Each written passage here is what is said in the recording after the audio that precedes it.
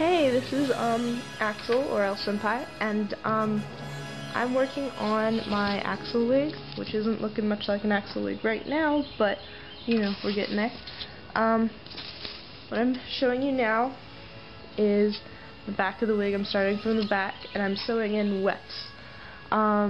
Basically, we had the original weft. Let's see if I can get to it.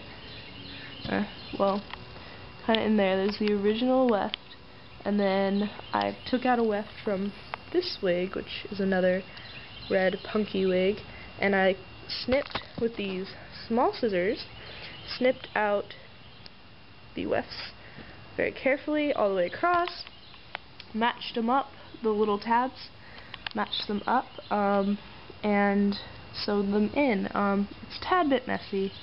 I'm not sure how hopefully it'll work out.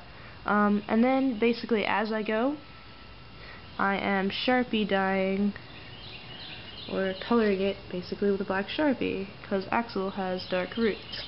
And keep your hair all pinned up like away so you don't get all confused. Whoop. See, this is why you need a little wig stand.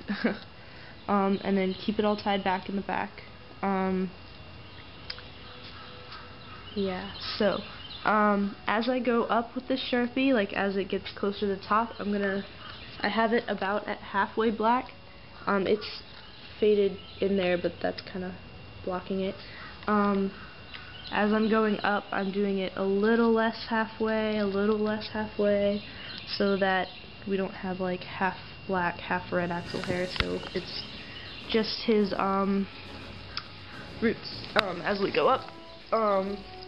And you want to start from the back too, because you'll get better at it as you go up, and then where it matters in the front will be where you're a seasoned veteran already at, you know, the lovely sewing and dyeing.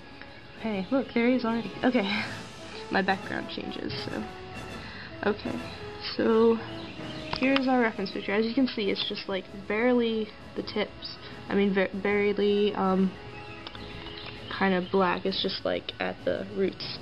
So that's why we're going from halfway, and we're gonna get to where it's like just barely black at all. So it's just kind of give the illusion that it's more realistic hair, not just like straight red hair, and to be more accurate. So yeah, that's basically it for this.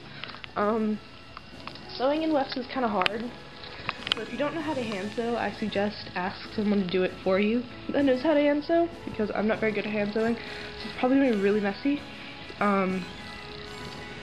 But sewing in the wefts is not necessary, but it does help give you the volume in the back, because he has a lot of spikes in the back, and if you want to really like get, you know, looking like that, you're definitely going to need a lot more hair than this wig has.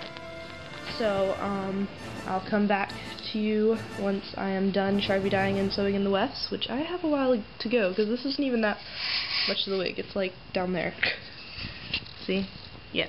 And as you can see, I sewed in the front piece, which was pretty simple. It just took a while to get all the wefts sewn in the right place. That I would say is necessary, that front piece, because it looks kind of weird having just a round front piece when he doesn't. As you can see in the reference picture, he doesn't really have a big point. It's just kind of, it almost goes straight across, but it just kind of points, so it's very, very subtle widow's peak. So you don't want a crazy pointy widow's peak, unless you want to do that. That's cool. But I'm trying to get mine as close to Axel as I can. So yeah, we'll be back when I'm done, and we'll start spiking.